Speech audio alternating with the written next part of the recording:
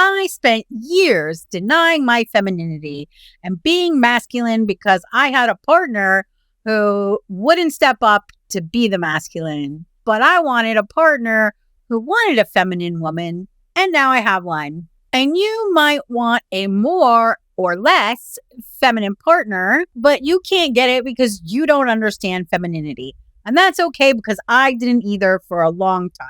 So today we're going to talk about femininity and stay till the end to find out how you can change someone to be more or less feminine if you really want. So Jay, I find it funny that we're going to ask a man about femininity, but I mean, you know a lot about it. So why does femininity matter so much? Well, first of all, it's often good to get the opposite sex's opinion on things, right? Get their feedback, get their input. Because a lot of times they'll give you insights you would not have thought of on your own. It can be pretty eye-opening. Yes. Secondly, one of my favorite experts on masculine feminine polarity is David Data. He wrote Way of the Superior Man and an owner's manual for your guy or whatever. And once you read anything that man has written, you won't care what sex he is when he's delivering the wisdom. Agreed. I love his work. Yes. That said, why does femininity matter? In a practical sense, because it's in everything. Does air matter? Yes. Yeah. If you go screwing around with the air supply, are we, going to have some negative effects? Yeah. Let's take water, for example. If I freeze water and shape it into a battle axe or a barbarian axe and then use it to inflict violence on someone else, does this seem more masculine or feminine to you? More masculine. Right. But if I take water and put it in a Zen garden so that it's flowing over rocks and making that lilting water sound, does that feel more masculine or feminine to you? More feminine. Yeah. So every molecule of water has masculinity and femininity in it. Yes. Yeah. Have you met human beings that strike you as much more masculine? Yes. Have you met human beings that strike you as much more feminine? Yes. Right. Could I do this for anything? Yes. Yeah. Yeah. Have you seen a big pair of black gamer headphones with LED lights and a shark on the side? Yes. And have you seen cute earmuff, pink earmuff type headphones with cute Hello Kitty faces on the side? Yes. I mean, even our headphones are like that. They're both black, but yours are big gamer, and mine are teeny tiny little delicate one. So it would take me a whole episode to go explaining why femininity and masculinity are in everything and the duality and non-duality of the universe and blah, blah, blah. But can we just take it on face value? Like there's masculine and feminine in everything, including you and me. Yes. Okay. It matters. For example, if you have too much femininity in your parenting, what happens to the child? They can lack discipline and walk all over you and not be respectful. Yeah, they might become entitled, undisciplined, spoiled, unambitious, too ambitious, yada, yada, yada. Right. And what happens if your parenting has too little feminine and too much masculine? They tend to be less emotional, more rigid, less flexible, and less affectionate. Yeah, and who knows what else, right? Right. They might become lonely, cantankerous hermits. They might become world power-hungry, dominating dictators. It could be, who knows, right? The point is, most of us can agree, too much feminine or too little feminine in your parenting, it's going to be an issue. Yes. There you go. I'm not saying you have to have a mom and a dad or whatever, but I'm just saying too much of those traits, that style of parenting. Yeah, even in one person, you can have that equally in any relationship, especially with children, a great balance of masculine and feminine energy. Yeah. How about for business? If a business is too feminine or hardly feminine, what happens? What kind of results do you get? Well, if it's too feminine, then a lot of work won't get done. It'll be more disorganized, less staying on track. Yeah, maybe the brand will get distracted and cluttered. Maybe it'll be into everything. Maybe there's no discipline. Maybe they're not ambitious. Maybe they just plateau and stagnate. You need a little masculine oomph to keep it going. Yes. Sure. And if there's too little feminine, what kind of business do you get? No, it's very cold and rigid. Yeah, you get some corporate overlord, like destroying the earth or whatever. Right. Yeah. There needs to be a mix. Right. And even for individuals, if I suddenly start presenting too feminine and I don't want to be seen as that feminine, but I'm presenting too feminine, how are people going to interact with me and engage with me?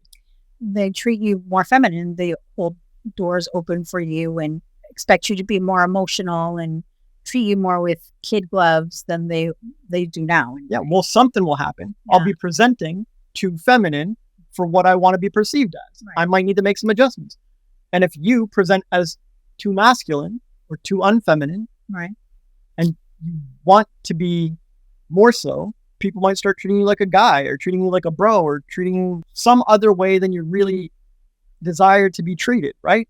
Yeah, but you're making it hard on them by presenting as too much of the opposite. It's confusing. How is anyone going to know? How are they going to navigate? Is every single human that meets you going to stop and say, hey, you see me presenting about 90% feminine. Well, my gut says you want to be treated as 50% feminine. What should I do? Like, yeah, no one's going to stop and do this. No, they won't. And it's silly to think so. If you want to be seen as something and perceived as something, it might be wise to start animating and expressing that thing as clearly as possible. Present it as clearly as possible so that others can adapt quickly and easily. Right. If you deliberately make it impossible and confusing for them or super hard and it takes way more time and energy, they won't. Like, you got to help yourself, right? Yeah, it's true. When I was super masculine in my previous relationship, people treated me more like a man than they do now. Definitely. They deferred to me in my business and at the school. Like, when my kids did finally go to school after homeschooling, they called me all the time. Even though we were both home, they called me, not because I was a mom, because I was the disciplinarian. I was the one that took charge. I was the vocal one, the dominant one. Sure. And it can change moment to moment. Yeah. We all have masculine and feminine inside us. Yes. And I think in the movie Legally Blonde, this happens. She presents as feminine quite a bit. Yes. But when it comes time to court case time or whatever, she gets real serious and real competent and real straight up. And maybe she still has some feminine presentation, but it's abundantly clear she's in the masculine role running that courtroom. Yes. And it's a movie, but you get the point. Yeah. It's actually a really good example, that movie, of being a feminine being and slipping into masculine energy and getting stuff done and doing what needs to be done and holding on to your femininity. Yeah. So for all the guys watching, if you haven't stopped to think about how much masculinity and femininity is in you and in your life and in your environment and how you're presenting to others and what signs you're giving and how you're being perceived or how your partner is being perceived, it's really worth thinking about. Agreed. Ask yourself, am I presenting and animating and expressing an overall balance of masculinity that I want or femininity that I want? Am I able to slip into the opposite when I need to, moment to moment? What about my partner, right? Fair questions. Great questions. And you spend a lot of time in your masculine, but you're also super nurturing and considerate and loving and affectionate and, all those things that most people don't see all the time. And vice versa. I have to slip into the masculine role when I am working and I am bringing the business forward and I communicate with a lot of men online, and I have to be able to hold my own in that world. And I do pretty well. Yeah.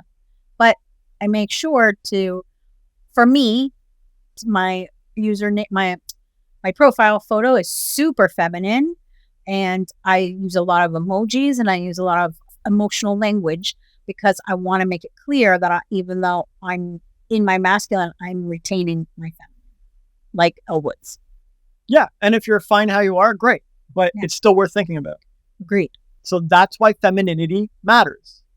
That's great. That makes a lot of sense. Yay. So we used to have a client who was in a masculine job as a security guard. And she reached out to us because she wanted to be more feminine. She wanted to know how she could stay in her security job and feel super feminine, even though she had to wear a bulletproof vest and was surrounded by men in her job. I gave her a ton of advice. You did, yeah. So how can a woman who wants to be feminine but has a masculine job stay feminine in the job or on the job? Well, first, let me ask you, is it easier to be feminine when you're surrounded by other inspiring feminine people? Or is it easier to be feminine when you're in a war-torn combat zone surrounded by men? No, of course. It's easier to be feminine surrounded by femininity. Is it? Because if you've ever seen the nurses who take care of the soldiers, aren't they pretty nurturing? Yeah. Aren't they pretty feminine? I mean, I guess. Or if not the nurses, what about the pinup girls who fly over to take photos with the soldiers or whatever? Yeah, the USO thing. Yeah. Yeah. So, yeah, they're pretty feminine. But is it easier or harder or what? You see, at first you had an instant answer. Okay, I need to change my answer because the reason why is because I just thought about all the times, even when I was super masculine, anytime I was around a group of men, it's more easy for me to slip into the feminine role and serve and be more girly and more giggly. Even back then when I wasn't dressing that way and I didn't really present that way to the outside, I still felt easier to slip into that feminine role. Okay, but if I took a small young boy and he was raised by a mom and 3 sisters, is he going to find it easier to be feminine or easier to be masculine? Well, if he doesn't know what masculine is, then no, it'll be easier for him to be feminine. Maybe, or maybe it will be familiar and comfortable to be feminine, but if you tried being masculine, that would feel easier. You see what I'm saying? Now I don't know. But from my own personal experience, when I'm around more than one man, well, even with you, I'm feel more feminine. But what you said makes a lot of sense. Like if it's comfortable, then yeah. Well, so it's a trick question because what did we agree on last question? That femininity matters. And that it is everywhere. Exactly. In everything. Mm-hmm. So it doesn't really matter what the conditions are. Okay. Or it shouldn't. Maybe it's slightly easier or harder in certain conditions for some people, but it doesn't really matter. We all have access at all times to both of these energies. Well, our client had a horrible time.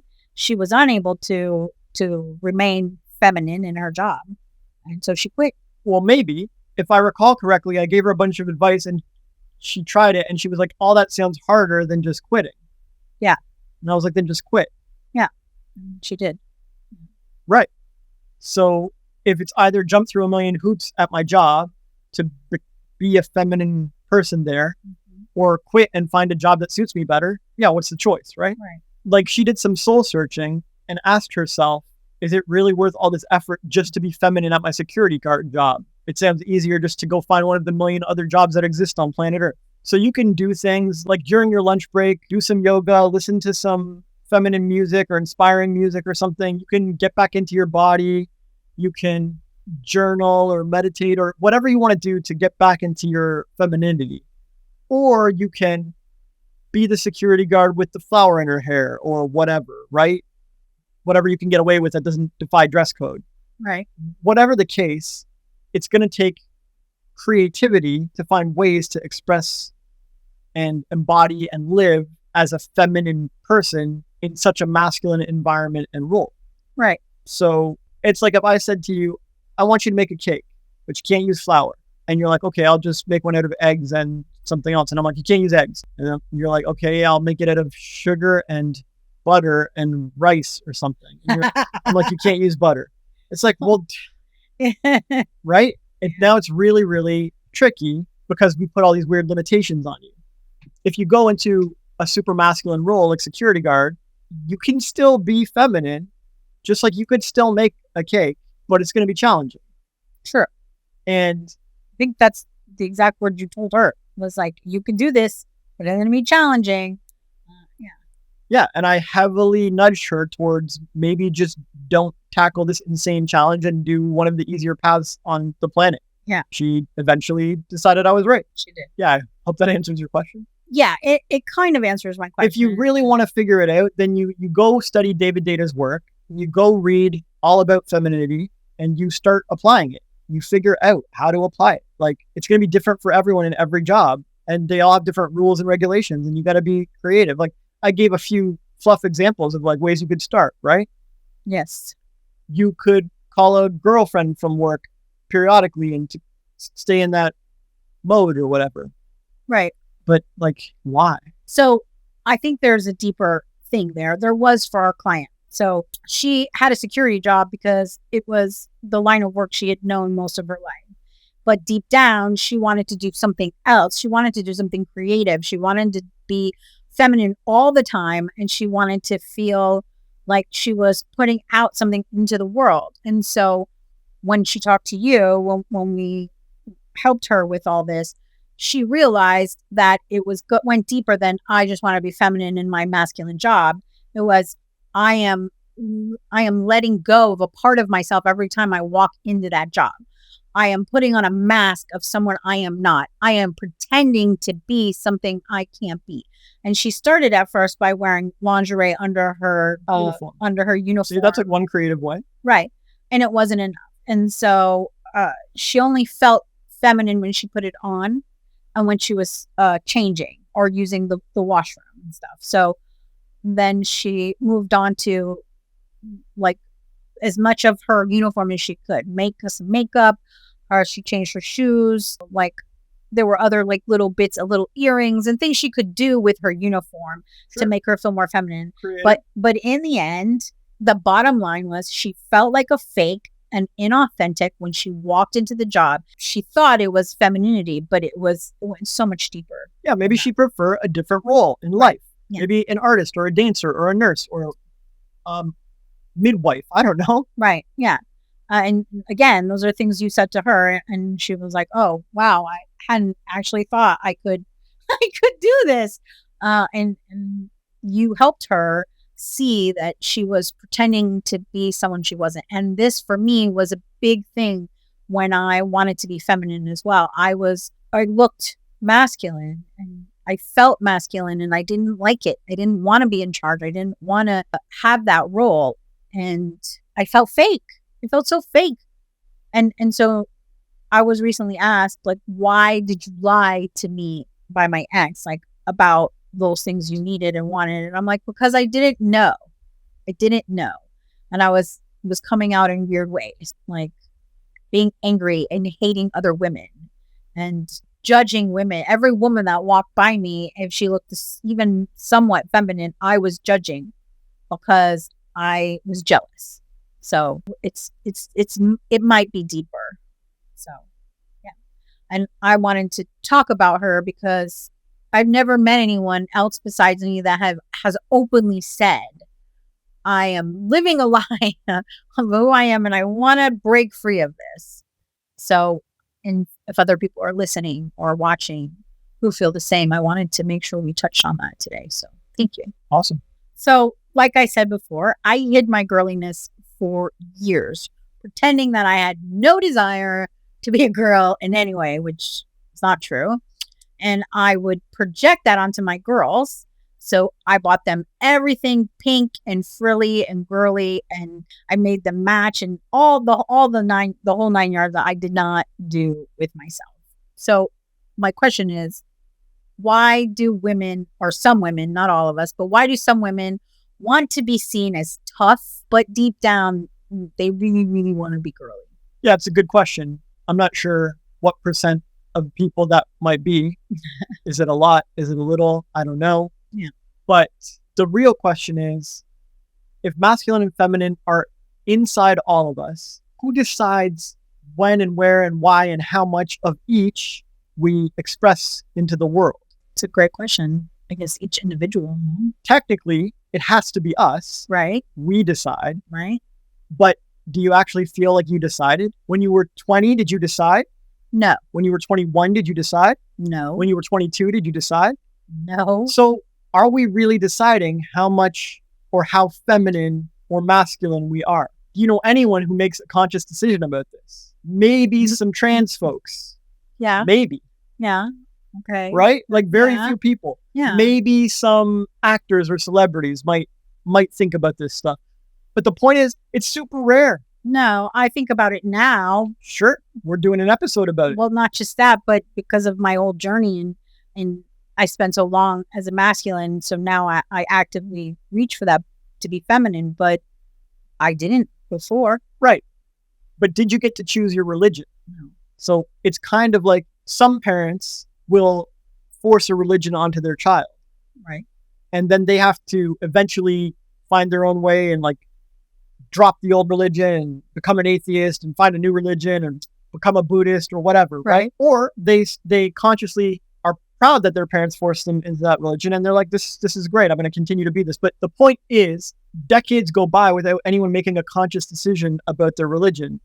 And then eventually after those decades pass, they finally make a conscious decision about the religion. Okay. Well, same goes for degree of femininity. You put a whole bunch of pink girly stuff onto your daughters, and so they'll grow up however, one way or another. They'll rebel against it and become masculine, or they'll embrace it and say like, this is feminine, this is me. But are they doing it consciously? Is it a conscious decision? Are they deciding how feminine to be and when?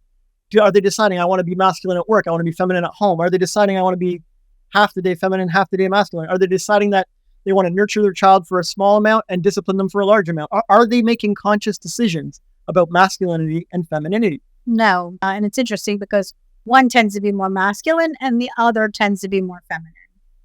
It's interesting. For now. Yeah, for now. I mean, decade from now, who knows? Yeah, that's true. So you asked, why are some people presenting as one thing when they secretly desire to be another? And I'm saying because they never really had a conscious choice. Did anyone explain to them that these two energies exist? Did you explain to your children that these two energies exist and they're in all of us and anyone can choose a certain amount? No. Like, if you really want to, you can choose to become trans and reverse all kinds of genetics and surgeries and hormones and all kinds of things and present as super the opposite of your biology, right? Yeah. But if we do that, if we explain all this stuff to our kids, what would happen? Well, then they'd have to be conscious about the way they present themselves to the world. Right. But would anything bad happen? Like, did you let your kids choose their own religion? No. Okay. Well, my parents did. They raised us very strongly Christian, but at 11, 12, or 13, I forget exactly, they were like, well, we taught you everything we can. You don't have to go to church anymore. You can do whatever you want. Like, you're free to choose. Like, you're smart enough now. You know enough now. It's up to you. Right. So they gave us a foundation and then they let us consciously choose what we wanted to be and how we wanted to be. They could have done it at 18. Yeah. They could have done it never. Fair play. But is leaving our kids in ignorance of something so prevalent and so core and so foundational wise? No, absolutely not. Right. Like the birds and the bees talk. It's a little awkward, but kind of important, right? Right. Religion talk, a little awkward, but kind of important, right? Agreed. Yes. Femininity and masculinity, a little awkward, but kind of important, right? Yes. So if it goes uncovered, untouched, unaddressed, then what are the chances someone grows up presenting as masculine, expressing masculine, and secretly desiring to be feminine? Yeah. It's a pretty good chance of that happening. Yeah. Happened to me. Yeah. You think it would have been better to explain all the world religions to your kids or a good chunk of them and be like, look, this is how it is and you're a smart kid and you can choose what you want? Sure, yeah. Right. But not everybody does that. And so then you end up with people who don't know. Like, they just don't know. Yeah, I wasn't taught any of that stuff. I was Catholic and I was expected to be Catholic forever. And when I was 20 or 21, I went on my own search for religion because I knew there were other religions out there and I wanted to know at least what I was choosing. Am I choosing to be Catholic by default, or am I choosing to be Catholic because I feel like this resonates the best with me? Sure. So I went and explored and learned. Yeah. So you informed yourself about religion, Yes. and then made a conscious choice. Yes. But did you inform yourself about femininity and then make a conscious choice? No, I did not. Well, until the last 5 years. No. Right. Till we met. Right. And so what are the chances other people are doing that exact same thing? Well, I mean, it's pretty good. Yeah. Chance. So it's not super hard to figure out why this happens to people. I guess it makes sense. Like, I was raised by a single mother who taught me that being a feminine woman was a weakness because she became a victim of violence because of it. But she stayed that victim of violence for 15 years by her own free will. Sure, but then she snapped and rebelled and was like, I'm never having this again, and became super masculine or whatever. Yes. I don't know. Yeah, but then that made me want to be tough as well because I didn't want to go through the same thing that she went through. So I pretended to be this tough girl. Sure. But does the world really need a whole bunch of tough girls? No. Is that, you look around and we're like, man, No. in this cold, hard, war-torn world of business and patriarchy and whatever, you know what we really need is more toughness. No. So let's take the women and make them tough too. Please, God, We no. definitely don't need more softness or nurturing or gentleness or kindness or oneness with life or connectedness or cooperation. Do away with that stuff. We need more ambitious, competitive, driven, tough, independent women. That's what we need. The thing is, I have learned from you. I know you're joking of being sarcastic, but I have learned that I can be all those things. You can. And still retain my femininity. You can. I laughed because right before we filmed, we were talking about being competitive, how competitive I am. And to me, it's just part of me. Like, I can't extract that. I can, however, make it more feminine. I can still be dainty and want to kick your butt at least. I can still want to be super ambitious and be feminine and serving and nurturing and loving. Well, like I said, masculinity and femininity are inside all of us, and we're free to express any at any time. But on the whole, overall balance, do you really want to proclaim yourself as a tough, independent, driven, ambitious, mean, focused, dominant, tough girl? No, I don't. On the whole? No. Right. I do not. So maybe you'll lean towards a different balance. Yes. Sure. And it doesn't mean you can't be those things. Right. But in moderation. Yeah. Yeah. And I surround myself online with men who are super focused and ambitious and, like, you know, successful and But that's during your business hours. Yeah. But I still make sure to stand out among them by being feminine and soft and talking about the universe and emotional language. And yeah, it's not like you're Sarah Palin. No, no, I'm not at all. Old me, old Cyn would have gone in there and used the same language, had a profile photo that made sure that I didn't stand out and that I blended in with the dudes. And I'm just like, I'm not like those other girls. I'm one of the guys, and I get no, ew, no. So yeah, I mean, I'm super grateful to you. Yeah, my pleasure. So for the guys watching, are you animating the overall balance of masculinity or femininity that suits you? And what about your partners? Are they animating and expressing a balance of femininity that suits them and you? Like, have you even looked into this at all? Are you guys deciding by choice consciously, or have you decided this by default, just by how you were raised and not knowing better and so on and so forth? More worthwhile questions. Sit with them, write down the answer, and get clear on it, because it will affect your whole life. Your partner massively affects your whole life. Trust me. Yeah, that's great. I love, those are great questions. And I want to add too, some people don't think this is the changeable thing for some reason. I've talked to other people who think that this is how I am. I can't change that. So this is how I am is like the war cry of the weak and useless. It is. I know. Humans are the most adaptable creatures on the planet. I know. We're at the top of the food chain. Yeah. Not because we're like better predators or any of this stuff. It's because we adapted to become better.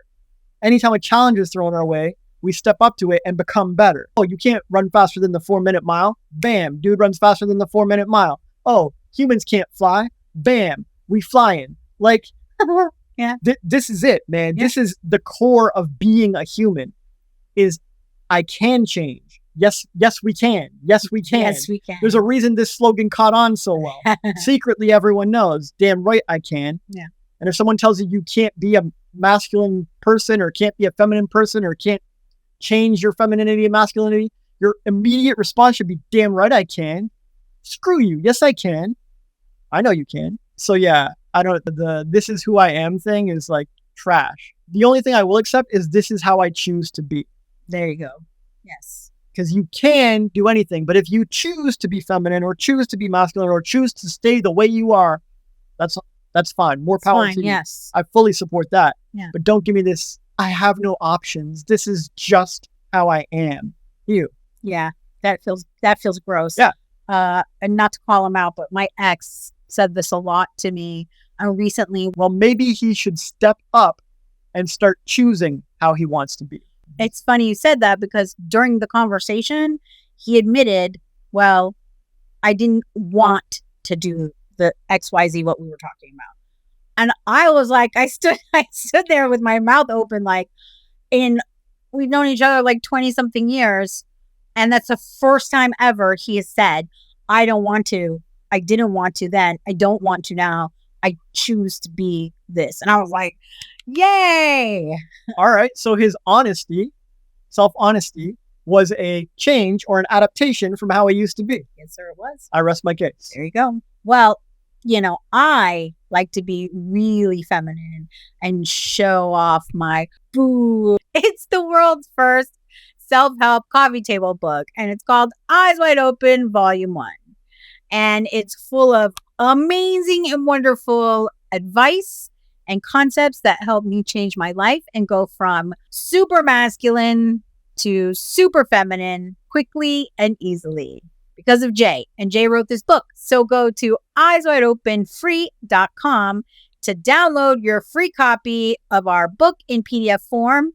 And if you want us to hold your hand, and that's in quotes for those listening and can't see me, while you go through the book, then go to eyeswideopenfree.com/handbook and get your handbook with all our amazing quiz-like questions. You will love it. And so now I'm going to go back to be a little bit more masculine and we'll finish the podcast. In my research, I found a lot of people talking about how feminine leaning people tend to be more people pleasery, right?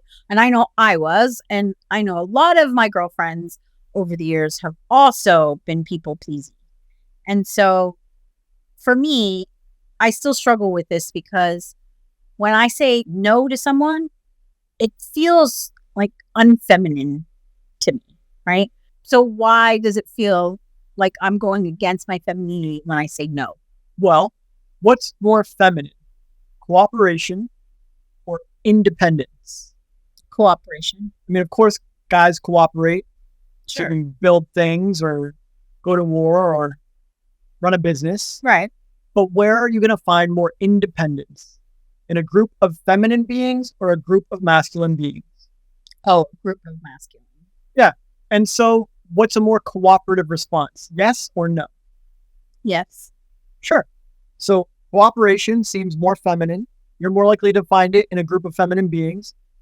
And so what word are those types of people going to want to use way more often? Yes. Yeah. They're going to want to say yes and cooperate and help and please and be agreeable. Yes. If you're feeling feminine, that's how it's going to go. And it doesn't just mean women. If I take a whole bunch of young children, various genders and ages, whatever, are they likely to say yes? Yes. Yeah, they want to get along and please the parents. Doesn't matter who. Yeah. It's only when like a boy becomes a man that he gets this sort of independent streak and like stands up to the parents and is like, no. And then he learns the power of no. True. But until he understands the power of no, he's just saying yes too. Yeah. Because boys who haven't become men are kind of beta. Like they're kind of feminine. They're kind of people pleasery. That's why so many women say they want a man, not a boy. Yeah, definitely. They don't want some people pleaser yes man. Yeah. They want someone with a backbone and a spine and independence. Yes. Sure. So does it make sense that saying yes would keep you in your feminine and saying no would feel kind of unfeminine, kind of masculine? Yeah, actually, it makes total sense now. Sure. I didn't think so before, but yeah. Sure. But in life on Earth, is it okay to just say yes all the time or no all the time? No. Or do we need a healthy balance? We need a healthy balance. Right. You can't just tell your children yes to everything. There has to be some no sometimes. I don't know my mom that. Yeah. And you can't just say no to everything the kid wants and lock them in a room until they suffer or whatever. You got to say yes sometimes. Yes. True. So a healthy, whole human being has access to both yes and no and uses them at the correct times. Fair enough. All right. At least for them individually.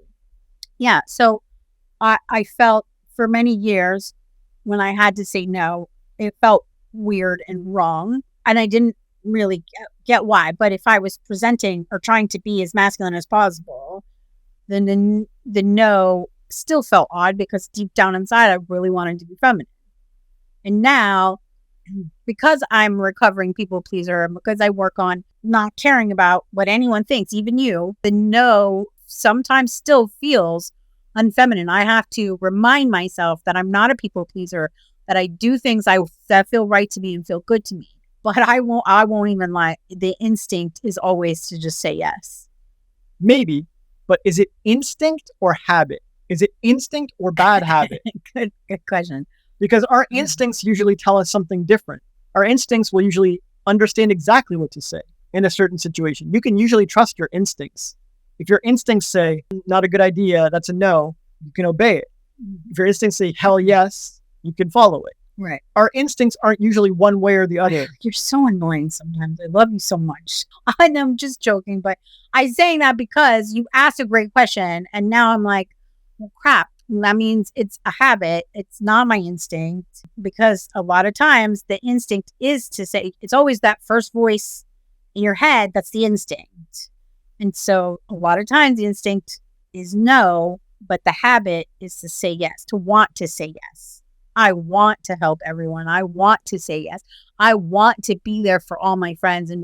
But this is not, that's only because of the people pleasing habits of the past. Yeah. Is it ever healthy to serve everyone, help everyone, No. people please everyone? No. Please the left, please the right, No. please the old, please the young? No. I already know. Yeah. So it's a weird thing to want or Yes. even aim for. Yes, agreed. Right? Agreed. Even mega corporations like Nike and Facebook are like, no, we're not gonna be in China, or like Google's not in China. Yeah. That's it. Half the world just, Yeah. we're not serving or helping. Right. Yeah, it's fair enough. Or Hollywood's started to try helping China. And have you seen what happened to the quality of movies lately? I sure have. Oh, we talked about it in one of our newsletters. I'm saying recently. this is what happens. Yeah. You Okay. gotta say no sometimes, and your instinct knows when. Yeah, it's true. I think the more that we develop our instinct, the more we practice listening to that first voice, the more it becomes natural to follow whatever that is, yes or no. Yeah, most people say yes too often or no too often. I wonder, the people that are listening or watching, when you say yes or no very often, maybe this episode will help you think or question how you're feeling in the moment. Am I feeling feminine? Am I feeling masculine? Am I saying yes because it's what I should do, in quotes? Or I'm saying yes because it feels really good to help this person or do this thing or whatever it is, and do it because that's what your instinct wants. Yeah, I don't want to cover this too long because our people pleasers are abusers episode spends Yes, an hour on it. It does. So, well, that's why I wanted to tie it into, are you feeling masculine or feminine when you are in people pleasing mode, or even if you're saying yes or no. Right. For me now, I'm going to go forward and realize and have a look and see when that instinct comes up, if it's a habit of old me, or is it the feminine really in me that wants to just help? Yeah, that's great. Because I'm going to say no to any further conversation on this in a very masculine, definitive way. Thank you. Yeah. I appreciate it. Mm-hmm. And I will listen because I'm feminine. So why do we criticize women for being independent and unfeminine? And when they start to change their femininity and become more feminine and wear makeup and be a little less independent, we also get criticized for this. Well, there's two sides to everything, right? There's a whole group of people who will swear that you pour the milk on top of the cereal. There's a whole other group of people who will swear you take a bowl of milk and you pour that crunchy cereal into it. Ew. What? Psychopaths See? who do that. See? You have a strong opinion. I do. The cereal goes first. People argue about this. Same for OnlyFans. There's a group of people that will swear that OnlyFans is empowering women and it's a good thing. It's helping them make bank, right? And there's a whole group of people that will swear it's a plague on the earth, literal evil, ruining society. Oh my God. I know. Okay. But are any of these things objectively good or bad? Can we definitively say cereal is objectively good? milk first? Can we definitively say OnlyFans is objectively bad, period? Helps no one. Like, No. Right. No. Like most things on earth, they're not good or bad. They just are. And they might be good for you or bad for you. 3 pillows on a bed might be good. 1 pillow might be bad, or vice versa, depending on who you are. Right. And people will start arguing, yeah, but it costs more money and materials to make 3 pillows per bed. We should just go down to 1 pillow per bed. And other people will argue like, yeah, but 3 pillows per bed creates more jobs and it's better. It's just, right? It's just nuts. Yes, I understand. Yes. And so you wear makeup and you piss off one group. You take off the makeup, you piss off another group. You become feminine, people are mad at you. You become tough and masculine and driven and whatever, another group's mad at you. True. So if we understand this, always 2 sides to every subject, what can we conclude about your question? Someone's always going to like or hate what you do. Yeah, even the same person might switch back and forth depending on what group they've joined that day. Okay. Well, that's fair play. That's very fair play. I've had people compliment me on my makeup Sure. and then turn around when I post a photo without makeup, tell me how much better I look without makeup. What does it matter? Right? If you care about the voices of all these groups, you'll never eat your cereal. Fair enough. So I like that. Fair enough. All right. Okay. Yeah. If I'm paying attention to the milk on top or milk first people, I'm never going to get the chance to sit down and eat my dang cereal. Yeah. So just do what works for you, and who cares what people say or think? All right. But you hear this everywhere, right? Don't care what people say. Don't care what people think. Yeah. And it's like, yeah, you know why you hear this everywhere? It's freaking important, and y'all need to learn it way faster. Like, practice this. Like, damn. All right. Okay. So regardless of what we do, someone is always going to complain or see something wrong. Yeah, and probably your family So, or your friends. right. Like, not someone close to you is probably going to complain. Yeah. It's always the people closest to Not me. some random stranger. Yes. I remember when COVID hit and my approach to the situation pissed off some of my old contacts, and they don't talk to me anymore. Yeah. I remember. Yeah. But, But I got to do what works for me. right. So be it. I can't listen to every person who has an opinion. No. And you can't satisfy everyone. I know. So I'm going to have to piss off somebody. Yeah. Well, now I'm stuck. I got to piss off somebody. Right. But the faster you realize this, the better. Because if you spend your whole teenage years or early 20s tiptoeing around everyone, trying to please everyone, you're missing it. You're not being yourself. And you will never be yourself for so many years until you finally wake up one day. I can't please everybody. I'm just doing what I want. It's like, well, great. About time. I wish you did that earlier, right? But that's what normally happens. So I recently saw a comment about people when they turn 40, they stop giving a crap what people think. Great. And I'm like, Why 40? yeah, exactly. So if you stop giving a crap at, 20, I mean, before that would be nice too, but at 20, then you save yourself 20 years of the misery and hell that I went through. Yeah, of walking on eggshells, trying to people please Yes. every single group on the planet. Yeah. Trying to keep your friends happy and keep your family happy and keep your uncles happy and keep your clients happy. Yeah. Dude, really, You can't. keep yourself happy, and some chunk of the 8 billion people on the earth will resonate and be your tribe. You don't need to worry. It's true. You will find like-minded people Yeah.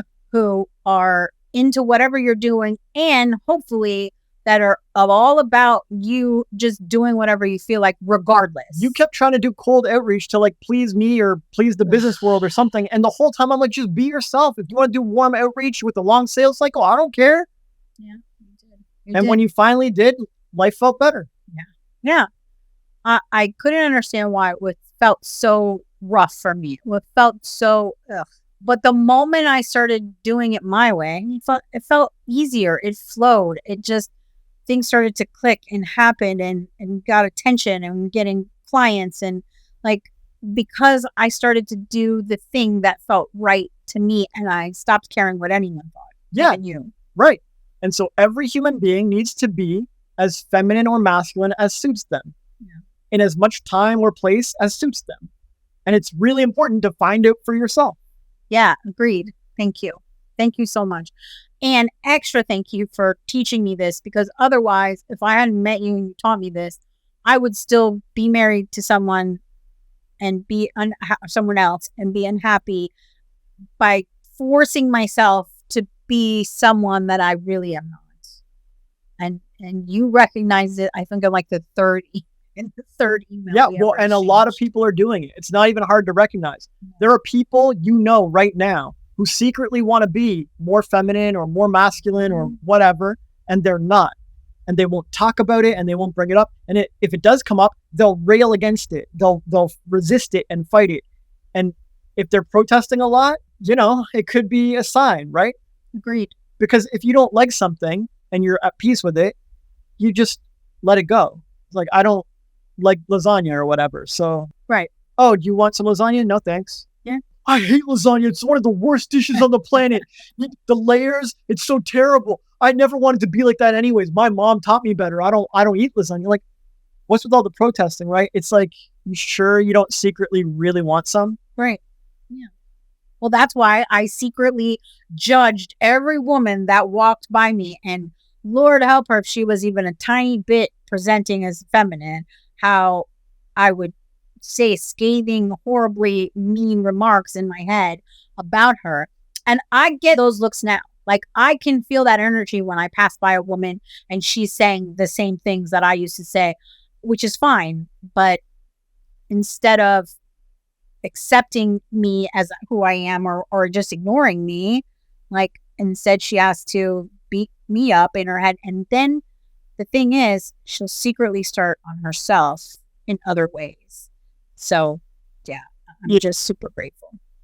Yeah, my pleasure. For the guys watching, maybe ask yourself, am I judging certain traits of the opposite sex, or is my partner judging certain traits of femininity or masculinity? Because if they're judging and if they're projecting and if they're protesting, high chance there's some kind of secret issue about that in there. They might actually want to be more of that thing. So I have a friend who presents as super masculine. When we go out for coffee together, she holds doors open for me. Like, she leads me into the room like you do, or like a man would do. She pays whenever we go out. Will not allow me to pay. Super masculine. However, she told me that she's super straight and not interested in women whatsoever. And I know in her last relationship, she struggled a lot because of this. The man wanted a feminine woman, and she is not a feminine woman. So how can anyone who has a partner who wants them to be more or less feminine, how can they change them? Okay, first of all, we can't change anyone. People get all cray about this. What? But we can heavily influence or inspire change in others. Right. Lots of us have inspired someone else to change. Yes. Whether we know it or not. We've already inspired people to change just by being who we are. You've inspired thousands of people to want to change. I've seen the testimonials. Thank you. That's J-Ryze.me/praise. So we can rephrase the question to, how can we inspire our partner to change? How can we inspire them to become more feminine? If you have a bad relationship with technology, are you going to make any real progress with technology? No. If you have a bad relationship with fashion, are you going to make any real progress with fashion? No. Okay, so if you have a bad relationship with femininity, are you going to make any real progress with femininity? No. Okay, so in order to help someone become more feminine, what does that person need? Have a good relationship with femininity. And what do we need? To have a good relationship with femininity.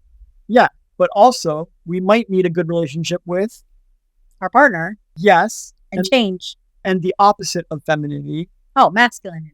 Right. Yeah. If the man in a relationship does not have a good relationship with his own masculinity, how could he expect his partner to have a good relationship with her femininity? That's a really good question. All right. So a lot of people think to inspire someone to become more feminine, I need to get books on femininity and give it to them and have talks about it and give them lessons and send YouTube videos about it and send them to the Mrs. Midwest Feminine channel or whatever. Yeah. Look up SD on Trad Wife TikTok. Yeah. And so they'll do all those things. Right. And their partner won't get more feminine at all. No, they won't. Because to inspire someone else to have a good relationship with their femininity, you don't do it by beating them over the head with resources. Right. You do it by having a good relationship with your own masculine. Exactly. Yeah. Why? Be the change. Well, yes, that principle always applies. Right. If we change ourselves, we have a much higher chance of changing anyone else. Right. But also, if you've seen the yin yang symbol, the Tao symbol, what automatically happens as the feminine increases? The masculinity decreases. But it also but it also increases. circles. It's a cycle. Yeah, it's a cycle. Right? Yeah. So it's a constant cycle. Yeah. Yes. So as your masculinity increases, what happens to the opposite? The femininity increases. Right. And then as the femininity increases, what happens to your opposite? The masculine increases. Exactly. Yeah. So is it a very masculine thing to do to whine or complain or watch YouTube videos on how to change your partner while not stepping up and changing your own relationship with masculinity first? No. Right. Because a masculine leads. Yes. They take charge. Right. They step up. Yes. They change first. Yes. They do better. Yes. Right. And then the partner will follow. That makes sense. Because you had to do all those things first for me to find you. Or you couldn't find your feminine counterpart until you were living in your fully masculine. That makes total sense. Is it more masculine to know what you want, set boundaries, set a course for it, and have no one screw with you, or to go with the flow and whatever they want, whatever she wants and he wants and so on? No. Making the decision and setting the course, this is masculine. Right. So if I say I will have a feminine counterpart in my life, and then, if I have to break up with someone, so be it. Right. Whatever happens. I'm not trying to court someone's opinion or keep people happy. I've just said it and it's happening. Yeah. And I'm on my way. I said something similar to you when you were being very masculine, and you immediately switched into what? Feminine. Yeah. It's automatic. I was like, enough's enough. Yes. I will not have this. I will have this. That's all there is to it. If I did it earlier, you would have become feminine sooner. Right. Yeah. If I take long to do it, you'll become feminine longer or later. Right. Yeah. So who controls the change? You. Kinda, sorta. I mean, we don't control people, and you're your own person, but you could have held on to your masculinity and we would have separated. Right. Because I said, I want this and I will have it. Yes. So I only get one of two things. I get a masculine person ejected from my life, making room for a feminine partner, or my current partner becomes more feminine. That's it. Right. But most people watching this don't have the guts to say that. No. They won't separate or disentangle. But I was 100% serious. I was like, I will leave right now if you're not on board with this. Yes, you did say that. That's a very masculine thing to do. An ultimatum in the sand, a do or die time, a line. This is what I will have. Yeah. And in that moment, everything changed. It did. It did. Because I knew what I wanted. And the thing is, I understand that not everyone understands the language of why. So when I fought with my ex for so long to be better, in quotes, because I didn't have the words to say, I need you to be more masculine. I need you to be in charge. I need you to be the man in our relationship. Yeah, you just said better. Just be better. And of course, the poor guy had no idea what I meant, because be better, how, what, take out the trash? Like, what do you mean? But I didn't understand that I needed him to step up and be masculine, because I felt fake and inauthentic because I was in the masculine role. And so with you, it was such a habit that the moment I felt even the slightest hesitation or the slightest space for me, I would slide in to be masculine, to fill that role just in case. Because what if this happens again? Or what if I can't do this, or he can't do it, or whatever? Like, a lot of fear. A lot of fear. But had I said to him, like I said to him recently, and asked the right questions and said exactly what I need, then he could have said, I don't want to be masculine. I do not want to be in charge. Sure. If you clearly say what you want, you will eject people who aren't a fit and make room for ones that are. Right. Or your current person will come on board. Yeah. It's really, really good to be clear and draw a line in the sand and say what you want, whether you're a guy or a girl. It might be a masculine thing to do, but it's necessary sometimes. Exactly. Just like taking gentle care of a child is not really a masculine thing to do, but it's essential sometimes. Yeah. So just do your thing and watch what happens. Plus, if you're a feminine person and you want your partner to be more masculine, what can you also do? Turn up your femininity. You can, and you can do it first. Yes. And again, had I known that back then, I could have turned up my femininity and he would have automatically gone into the masculine role. And I know that because there were very few times in our relationship where that happened, like instinctually. And I turned up my feminine and he turned up his masculine and we were in sync. And that's why we stayed together for so long, because there were moments of that. Sure, but can you let yourself be vulnerable? Could you open your heart? Can you be needy? Can you depend on him? Like, can you do feminine things? If you won't step up and do those scary, vulnerable, feminine things, it won't inspire any change. Exactly. And that's exactly what happened. Sure. And this is a plague for many women or feminine partners. Yeah. They're too scared to turn up their own femininity and they just whine and complain. And I want my guy to be more masculine or whatever. It's like, try changing first. I swear, you'll love it. It gives you power. It gives you control. You don't have to wait for anybody. You can do it immediately. You can start doing it in your head. You can do it in bed. You can do it anywhere. You can turn up your own femininity or masculinity and get the opposite from your partner.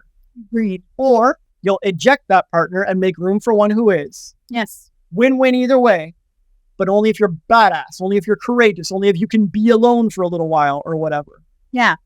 I would have no money. I would have no shelter. I can't try being alone. Yeah, okay. Tell it to the ex-homeless guy. Yeah. And the lady who's been divorced twice. Like, you can do it. Yeah, exactly. One of the reasons I wanted to do this episode so much is because back then I didn't know this was a thing. I had no idea. And so for anybody out there who is struggling or is curious about this or how they can inspire their partner, I really wanted to make sure that we talked about this to help those people who maybe were like old me, who had no idea how to go about this. So thank you. Yeah. And if you want really detailed, clear instructions on how to do this, read the first 3 books by David Data. Yeah. He's amazing. Well, thank you so much for all your help in helping me to transform to be closer to the person that I really want to be. And for helping me find my femininity and really explore that and it really become more of the feminine person that I really am inside. So thank you. And thank you for your time today. We did have an extra question, so I really appreciate your patience and your answering all the questions. You are amazing and wonderful. And I'm so grateful to you for all of your help today and always. I'm grateful to you too. Yay. So, my love, do you have any final thoughts that you would like to share with our amazing audience? Yes. Femininity and masculinity are in all of us. And it's up to us how we express each of those things and where and when and how much. And you've probably been bullied by society with constant messages about masculinity and femininity and what's right and what's wrong and yada, yada, yada. And now is the time for you to sit down consciously with this subject, with this topic. Journal about it, write it out. Writing makes everything clearer. If you've ever read a well-crafted novel or essay by somebody and compared it to their ideas in conversation, it's night and day. The clarity that comes with writing is huge. So really sit with it and figure out what's right for you. How do you want to be in the world? What's your overall balance of masculinity or femininity? How often do you switch it up? When do you use it? When you're with a small child, do you change it? When you're disciplining somebody, do you change it? What is right for you? How often do you say yes? How often do you say no? I envision you making a small change in this area for the better today. I believe in you. You got this. And that's why our book and this podcast are called Eyes Wide Open. After today, you'll understand femininity better. Now you can watch this video here called The Power of Polarities to help you understand masculinity and femininity better and to help you keep your eyes wide open. Keep rising.